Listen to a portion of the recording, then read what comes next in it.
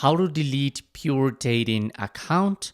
Hi everybody and welcome to our channel. Today I'm going to teach you how you can close your account here in the Pure app. So please watch till the end to properly understand the tutorial. What you must do is go into your app, and once you are there you must to identify your profile.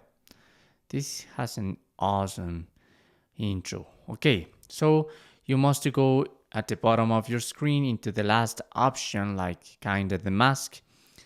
Let me show you. This is the mask, yes. And in the top left corner you're gonna find like an eye. So there you're gonna find the settings. Now you must go into general tab and now go into my account/ID. There you're gonna find an extra window, and at the bottom two options: delete account or logout.